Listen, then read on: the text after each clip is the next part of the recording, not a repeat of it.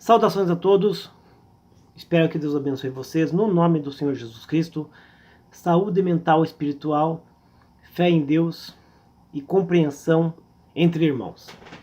Meu nome é Silvio Pinheiro, este é o canal Cristianismo Vida Terrena, e esse é o vídeo 47 da série Os Segredos da CCB. Esses vídeos têm como intenção de contar algumas coisas curiosas e segredos escabrosos, e algumas coisas nem tão escabrosas, mas coisas que você ocultas, que você não saberá em outros canais, e não saberá dentro da congregação, porque ela não vai falar do assunto, a não ser que você compre livros de irmãos historiadores e pesquise bastante, ou tenha conhecimento com pessoas muito mais velhas que você, que ainda estão vivas e participaram disso. Aqui em Curitiba hoje está bastante frio, somente com um cafezinho para poder aguentar esse frio. Vamos lá. Este é o vídeo 47 da série Os Segredos da CCB. E esse segredo não é tão escabroso assim, mas é um tiro no pé. Lava-pés. É um tiro no pé. Você sabe o que é o lava-pés? Ah, você sabe o que é o lava-pés? Bem, se você não sabia, não é aquela formiguinha lá que você, quando te morde, você faz assim pra tirar a formiguinha, não. O lava-pés é o lava-pés de verdade mesmo. É um ritual. É um ritual que acontece na Igreja Católica há muitos anos. Geralmente na época de... acontecia na Quaresma, depois eles começaram a trocar para próxima a Sexta-feira Santa, e assim eles foram trocando. Hoje, depois de tantos e tantos anos, eu não recordo bem qual que é a data correta que eles fazem. Mas a Congregação Cristã no Brasil, ela quase embarcou numa furada do lava-pés, que é um texto literal da Bíblia, por causa desse problema que a congregação tem. A Congregação Cristã no Brasil, ela é uma denominação literal. É uma denominação pseudo-cristã literal. Você sabe o que é literal? Vou tentar explicar rápido para voltar no lava-pés. Literal é quando você pega um texto, que é a letra, e você lê ele e interpreta conforme está escrito, mas não a parte do contexto. Como se diz na congregação, você fica na carne, na letra, na carne, e não entra no espírito. Você não compreende. Então você lê o texto, não entende o contexto. Você lê a letra, não entende a mensagem. Aí você interpreta errado. Interpreta ao pé da letra. E nesse ao pé da letra, quase deu um tiro no pé. E quase que hoje você, que é membro da congregação, ou que já não é mais, estaria hoje, depois da Santa Ceia anual, lavando o pé da irmã ou do irmão que está lá, depois que tomou o teu copo, a tua porção de vinho naquele cálice único, você ainda ia comer aquele pedaço de pão, você ia ter que lavar o pé daquela irmandade. Você sabia disso? E a congregação quase entrou num barco furado por causa desta literalidade que eles usam. Bem, por que a congregação opta pela literalidade dos textos? Ou seja, ler o texto ao pé da letra? Por dois motivos. O primeiro motivo é manter o rebanho a parte das escrituras para que possa dominar o povo com mais facilidade. Essa é a primeira parte. A segunda parte é realmente a ignorância. Muitos membros da Congregação Cristã no Brasil, estou falando do ministério, tá? E dos cooperadores, esses ministérios mais baixos também, não têm conhecimento bíblico, ignorância. Mas uma grande parte tem conhecimento bíblico e não ensina, não pratica o estudo da Bíblia, justamente para que as pessoas fiquem nesse contexto de literalidade e não façam perguntas, não perguntem, não questionem e não queiram mudanças. Muito bem, voltamos ao assunto lava-pé.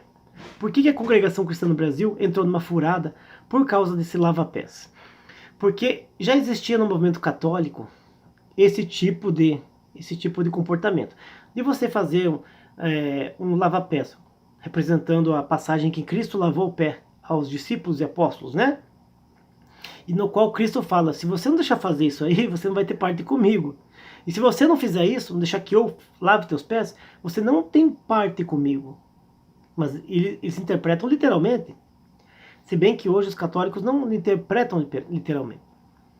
Mas aconteceu o seguinte, que já lá na Itália e na Suíça e na França, no ano de 1835, 36, já havia um movimento de pessoas que vinham de confissão wesleyana, essas coisas, assim, igrejas que tinham esse fundamento, né, teológico, e que já não estavam satisfeitos com aquele certinho, né, aquele movimento certinho.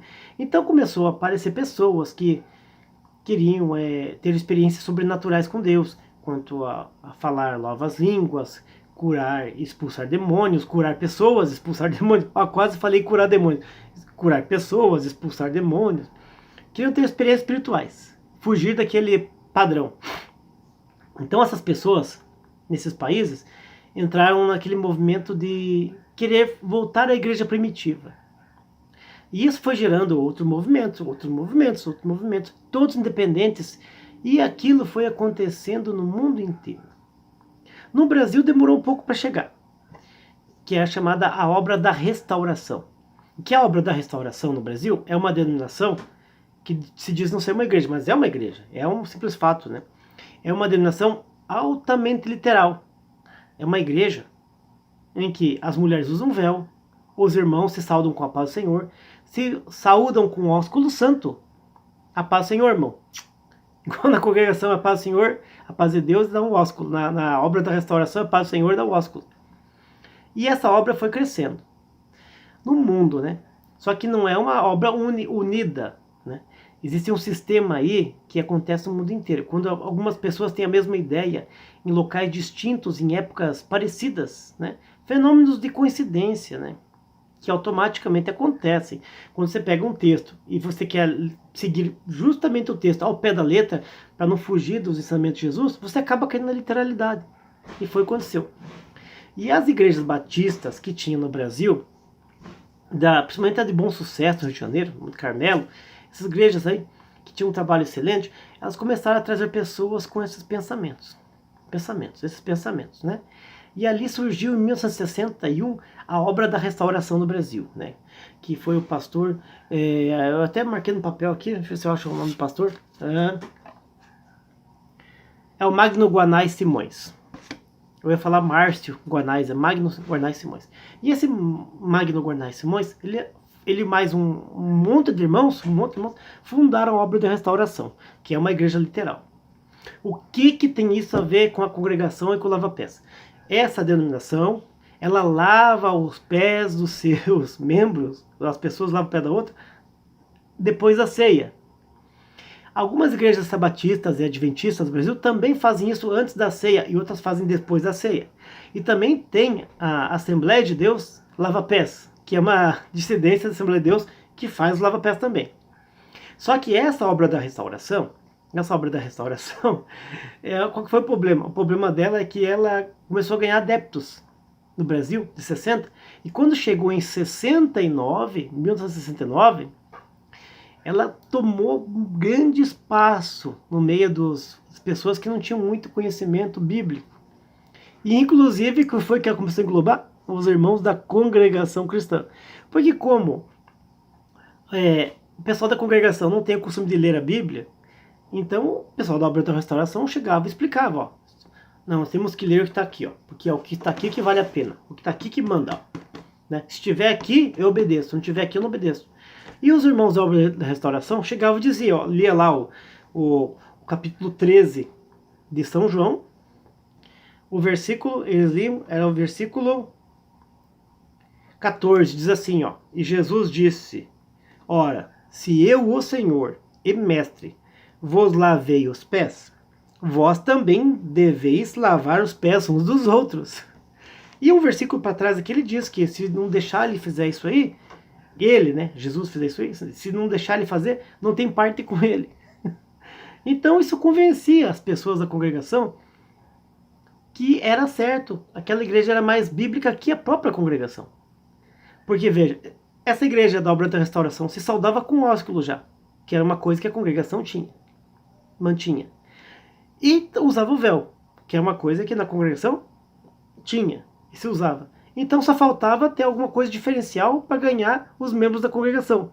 E isso foi o quê? O ritual do lava-pés. Então aconteceu que no ano de 69, lá em Rondônia, cresceu tanto que tinha algumas obras da restauração que eram independentes ali nas casas, né? Não organizado da forma que é uma igreja da congregação ou de uma Assembleia de Deus, aqueles movimentos de reforma deles, de restauração, restauração do quê? Dos princípios primitivos, literais. Aí acontecia o quê? Acontecia que eles roubavam os crentes da congregação, a ponto de que o ancião ficou tão preocupado com isso, que ele levou esse assunto para o braço. No ano de 1975, o ancião Garcia Leal, né, o Damião, acho que o nome dele era Domingos Garcia Leal. E o Domingos Garcia Leal ficou tão preocupado com o crescimento da obra da restauração e diminuição dos seus cultos lá em Rondônia, que ele chegou e levou esse texto até o Miguel Espina. E tiveram uma reunião no Brás, e a reunião foi calorosa. Foi calorosa. Quem me contou essa história foi um irmão chamado João Vieira Marçal, que foi ancião aqui em Curitiba, né, do Paraná aqui. E João Vieira Marçal me contou essa história há muitos anos. Quando eu estava ainda na igreja católica, e o meu pai tinha um comércio aqui em Curitiba, e o meu pai vendia para uns parentes desse cidadão. Esse cidadão aí, conversa aqui, conversa lá, contou para nós, numa roda de conversa, sobre esse assunto, porque o assunto era muito interessante mesmo, né? Um assunto da Congregação Cristã do Brasil chegar aí a nós, ainda mais partindo de uma reunião particular lá do Brás, ficaria até engraçado, né? E aquilo ficou no meu coração durante muitos anos. Mas será que é verdade isso? Será que a congregação ia realmente adotar esse sistema de lavar os pés dos outros? Eu era visitante da congregação quando fiquei sabendo dessa história. Passaram-se muitos anos. E uma vez eu perguntei essa história para um irmão aqui de Curitiba, que Deus já recolheu também, que é o irmão Iraci, que era um cooperador no bairro do Umbará, em Curitiba. Ele me disse para mim que não tinha conhecimento total, não. Mas ele sabe que esse tipo de informação ele já tinha escutado da boca de uma pessoa que esteve numa reunião lá no bairro do Brás. Né? Então, eu fiquei aquilo na cabeça, anos e anos e anos. Mas é verdade? Não é verdade? É verdade, não é verdade? E ele disse que não disse. Até que eu tive acesso a alguns documentos aí, alguns estudos, e eu fui perceber que realmente era verdade, tinha fundo mesmo. É claro que nem tudo que acontece em umas reuniões fechadas lá no Brás fica exposto para a Irmandade, porque é tudo feito no cultismo, no segredo. Mas a verdade é que em 1975, o ancião Domingos Garcia Leal levou o assunto para o plenário ali, a reunião da Assembleia. E deu uma discussão feia. Uns queriam, outros não queriam. Resultado da coisa, eles enrolaram o irmão sobre esse assunto e não colocaram o texto em pauta mais. Porque também não queriam mudar aquilo que já tinham praticando já há 40 e tantos anos. Naquela época a congregação tinha 40 e poucos anos. Acharam que não excedia ao ritual. E já corria também assuntos, né, de pessoas na igreja católica que foram lavar o pé de outra pessoa e passou mal, com cheiro de chulé e vomitou. Então eu ficava pensando, como é que a gente vai fazer para os irmãos adotarem esse ritual, esse rito na igreja? Vai tomar o vinho da Santa Ceia, né? Vai comer o pão, depois vai lavar o pé do outro. E o povo nem ia até aceitar isso aí. Então, se você não sabia, a Congregação Cristã no Brasil, ela entrou numa furada nos anos 60 para 70, justamente pela literalidade. E quando se toca nesse assunto literalidade, ela foge do assunto. Por quê? Se ela acredita que o véu tem que ser usado porque está na Bíblia, que é bíblico, se ela acredita que o ósculo ainda tem que ser praticado porque é bíblico, se ela acredita que a Santa Ceia tem um fundamento porque é bíblico, por que ela não faz o lava-pés das pessoas? Sendo que também é bíblico, né? É claro que Cristo falou que se ele não lavasse nossos pés, nós não teríamos parte com ele, mas era entre ele e Pedro. Mas no final do versículo, do capítulo, ele diz que se ele fez assim com os apóstolos devem fazer uns com os outros. Né? E ainda fala assim, ó, que engraçado, ó. Ora, se eu, o Senhor e seu mestre, vos lavei os pés, vós também deveis lavar os pés uns dos outros. Ele estava falando para os apóstolos e discípulos. Era figura de linguagem. Mas e daí? A literalidade fica onde? Tá bom? Então, se você não sabia, a Congregação Cristã do Brasil, ela teve um problema sério nos 60, com os lava-pés.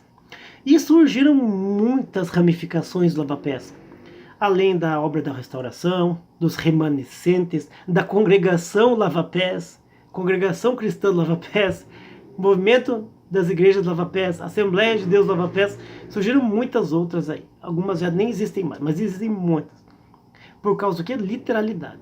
Então essa é uma prova de que a Igreja Congregação Cristã no Brasil, nos anos 60 para 70, ela chegou a levar isso aí, ó, levar isso aí para assunto ministerial do Brás.